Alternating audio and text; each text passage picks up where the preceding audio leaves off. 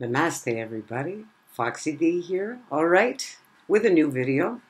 And many thanks to everybody who helped me gain over 1,000 subscribers. Woohoo! What does that mean? That means the channel is going to be monetized and I'm going to be making more videos because I can get something out of them. It's hard to give all this time and get absolutely nothing back. If I was really wealthy, I would do it all the time because I love doing it.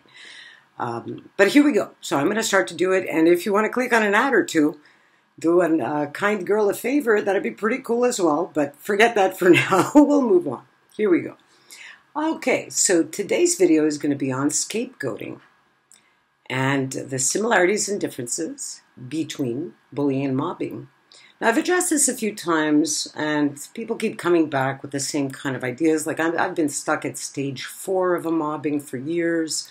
Or certain people will say, oh, I've been mobbed for 2 years, etc. Now, I said I better get more specific with certain information to just clarify certain things for people and to just delineate what the differences and similarities between the two constructs are. Okay, so there's a bit of a glossary of terms for this video. I'm going to actually put the glossary in the notes section, so maybe you want to check it out before you watch the video, unless you're already familiar with the following terms. Narcissist, overt or malignant narcissist. They mean one and the same. I'm going to be using overt throughout the video. Covert narcissist, gaslighting, smear campaign. And the last one, which I'm actually going to attend to immediately, is scapegoat. So, start off with scapegoat. Now, scapegoat, what is a scapegoat?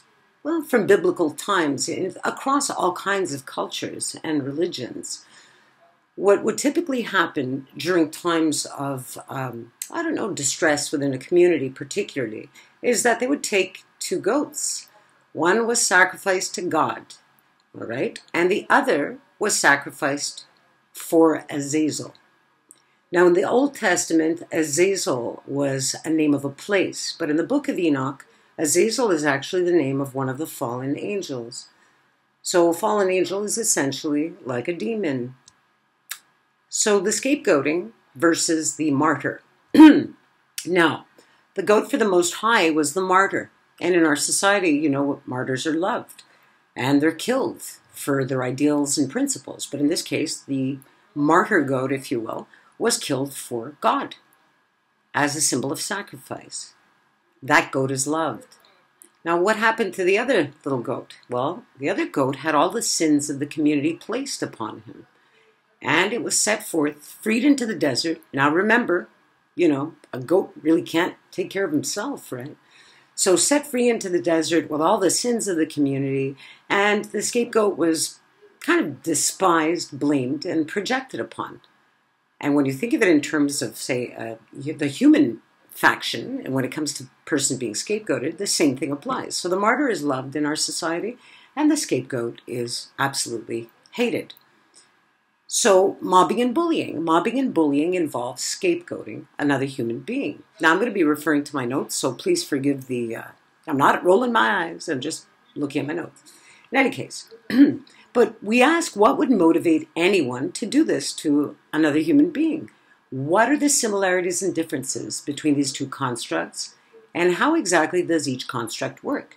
And what function does each serve? This is all important. We're going to look at, in part 2 of this video, who are the winners and who are the losers in a mobbing. And notice, I didn't say winner and loser. I said winners and losers. Because the target of the mobbing isn't the only victim, if you will, here. But I'll continue. Let's look at the construct similarities and differences, shall we? So, construct similarity. Mobbing and bullying start off as hate, jealousy, and envy of that person who is somehow different. Contrary to popular rhetoric, neither construct is based on any type of real conflict. Conflict is easy enough to navigate. Conflict, which is based on honest human differences in opinion, perceptions, etc., are relatively easy to resolve, but it takes a degree of honesty, all right, from both parties involved in whatever conflict. Now, when that honesty is absent, and there's something else in play. So, In terms of bullying and mobbing, both begin as a release of anger, envy, rage, fear, and deep shame of a covert and or overt narcissist. You see, again, I'm going to clarify if you haven't seen the other videos. Narcissists operate not on a vibration of love, but a vibration of fear. There is a deficit of love. And what they do to fill that deficit is they seek power. They hate on people. They wish ill on other people. And they engage in something called Schadenfreude, which is essentially a warped type of empathy. See, empathy is being able to put yourself in someone else's shoes. But typically we associate it with something positive, like, I wouldn't hurt someone because I know how that would feel. Well, what a narcissist does is say, I will hurt someone because I know how that would feel.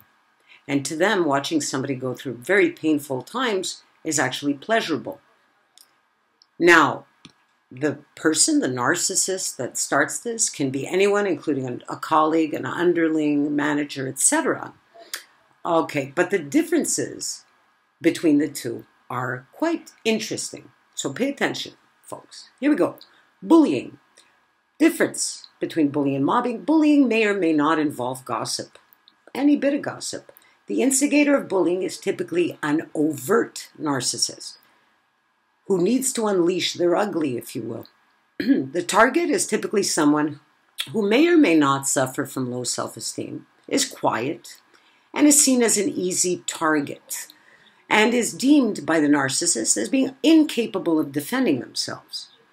So the narcissist can start making fun of the target, pushing a little bit, whether it be verbally or, any other way, testing the target's boundaries, razzing or mocking the target, more or less in a direct manner. There is no trigger necessary, no grudge necessary. The presence of an overt narcissist and a potential target is enough to get things going. Mobbing. Now, mobbing is dependent on gossip and a smear campaign. And the instigator of a mobbing is not an overt narcissist, but a covert narcissist who feels entitled to that which the target, who is typically someone who is outspoken, confident, bright, and capable, possesses. The entitled narcissist attempts to smear that which they perceive to be better, happier, more respected, or smarter than the hater, him or herself. So they like to take that which is clean, good, and bright and make it their life's mission to tarnish it. But why? Because the narcissist thinks you don't deserve it, that they deserve what you have, that they've been overlooked, and if you weren't around, they would have all the attention. Now, if this kind of smear campaign stays lateral, that means it doesn't go upwards to the management hierarchy. And when I say that, I'm talking about the hierarchical stuff, all right? If it stays lateral in nature, it's manageable. It's not pleasant, but it's manageable. But the issue is mobbings typically don't work that way, which brings me to my next point. Okay, point number 2, similarities and differences. Enlisting others. Now, similarity. Others typically join in bullying and mobbing situations, but their motivations differ. What are the differences? Well, in bullying, others tend to join in out of absolute fear of the wrath of the overt narcissist. They fear becoming targets themselves, in other words, so they join in. It's kind of like very schoolyardy, what I'm talking about, but it works that way in adulthood too, unfortunately. But that's bullying. Mobbing. Others join in due to being manipulated by a covert narcissist triangulation. You remember what triangulation is? The covert hates their target and starts going to talk to other colleagues and says, do you know what, Foxy said about you? Or did you see how Foxy looks at you when you talk? And they'll start saying stuff like this, and they'll start to poison people's minds against you. Now, it's unfortunate, but this is how it works. And it's actually as simple as it is. It's not genius. It's very simple. It's very effective as well. So this is a big one, folks. The covert narcissist is really an expert at manufacturing drama, manipulating, inciting hate, and playing victim. So the covert narcissist, who tends to be a sheep in wolf's clothing, very often, is a coward. They enlist the help of their much-hated counterparts, being overt narcissists. See, the covert narcissist hates anyone who they perceive as thinking highly of themselves. All right. Now, even though an overt narcissist is all kind of glitz and no glam, all right, and just basically it's all for show, they don't really have real self-esteem. It's all just icing and no cake. All right. They give off the impression that they really like themselves. Now, when it comes to people like me who really do like themselves, we're absolutely despised by covert narcissists because they really hate themselves at a very deep, fundamental, sad level. But here we go. So here's the covert. Even though they hate overt narcissists, they will enlist their help. And they'll also go to other generally unconscious, highly ego-driven types by using manipulation. And now when I say unconscious, I'm not talking about flatline unconscious, okay, or people that have fainted. I'm talking about people with a low level of consciousness, a low level of awareness, or a low level of self and other awareness, and a very high level of self-consciousness. There's lots more videos coming up. I will address this stuff, but just bear with me. So this is where the hate towards the target of a mobbing is manufactured and ramped up. The smear campaign. It's easy pickings for the covert narcissist. All they have to do is tell overt narcissists what they themselves think of, and maybe even said about him or her, and blame the target, and it's on. It's as easy as that. And it happens all the time, particularly during changes within an organization. Now, concurrently, they also enlist the help, like I said, of ego-driven and unconscious people. We'll call them the flying monkeys. They play victim to the flying monkeys. Like, oh my God, Foxy gave me a dirty look. Oh, I feel so helpless. And, these ego-driven types that are very unconscious will try to play hero all the time. They're going to just blindly believe it because they like the idea of playing hero. It's sad. I know it sounds beyond diabolical on the part of the covert narc, but that's exactly how this stuff happens. And here we go. The covert narcissists think they're smarter than everyone else until they meet an empowered empath, in which case we see them. And the reason we see them is that we are not self-conscious. We're self-aware. And what we observe is not a projection. It is reality. But again, that's for another time, folks. Number 3, duration. Similarities and differences. Duration. Duration of both the similarity in terms of the duration is that they last as long as management allows it to last, at least in the early stages. Allow me to explain. Okay, so bullying. Bullying can last for years as long as the target takes it.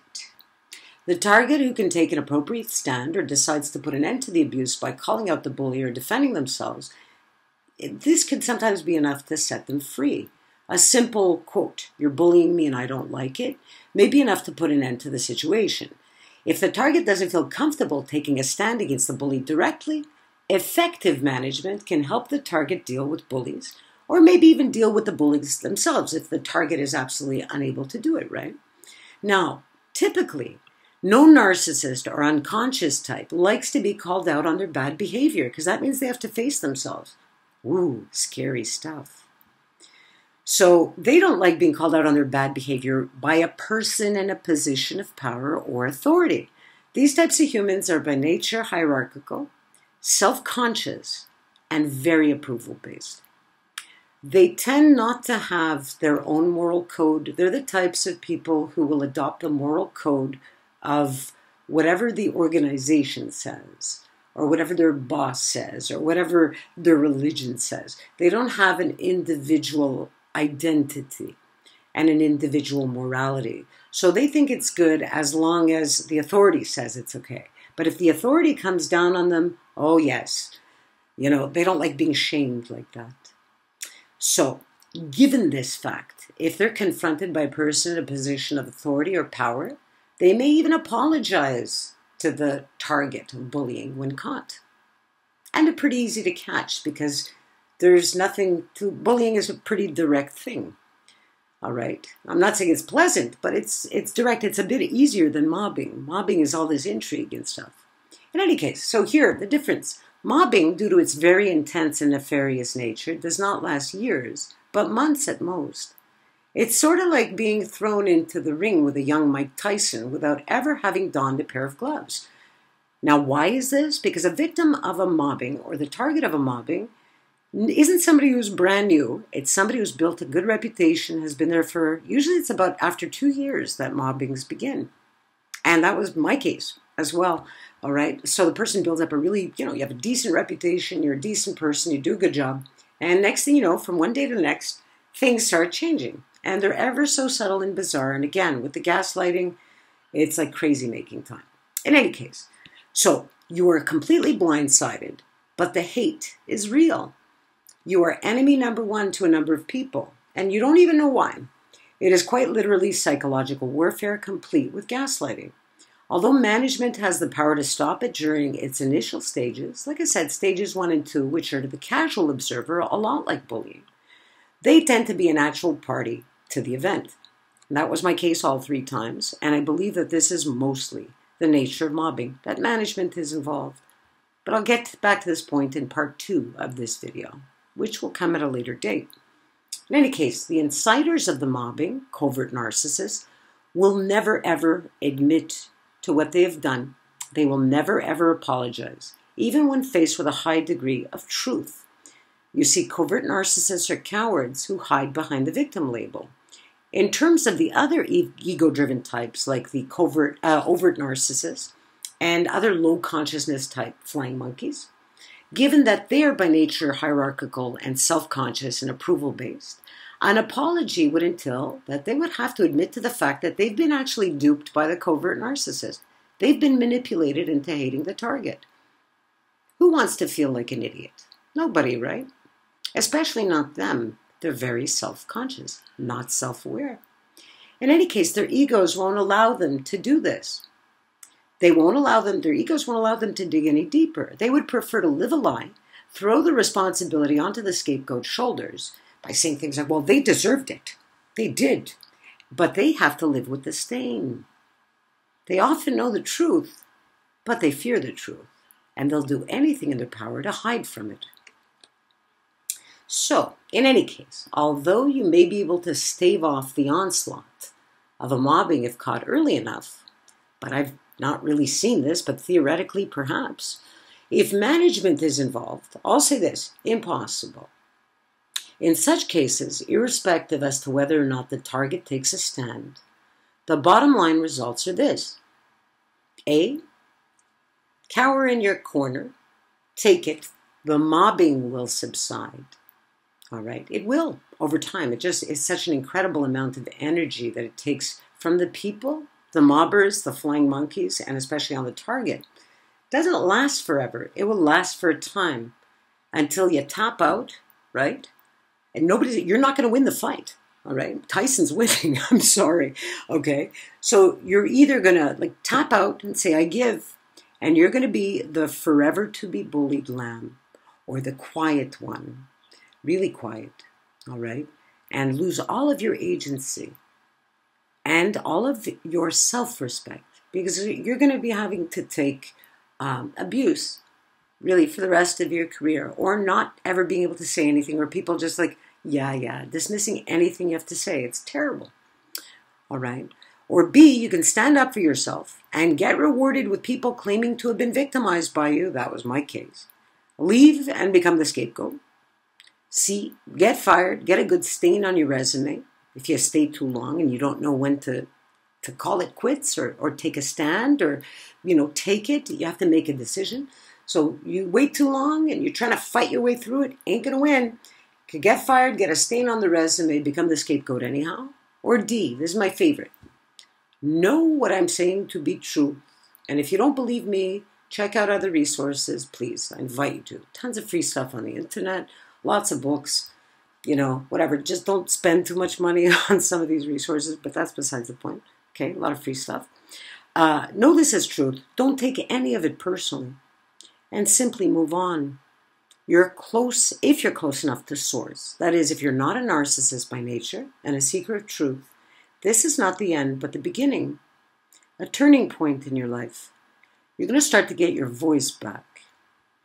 You're going to shed the old you and start to learn a lot more about yourself, others, the nature of humanity, and you're going to move on and shine brighter than ever.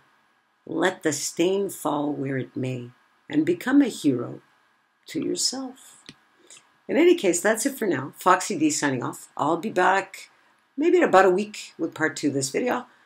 I wish you love, light, peace, respect, and self-respect. Foxy D signing off. Namaste.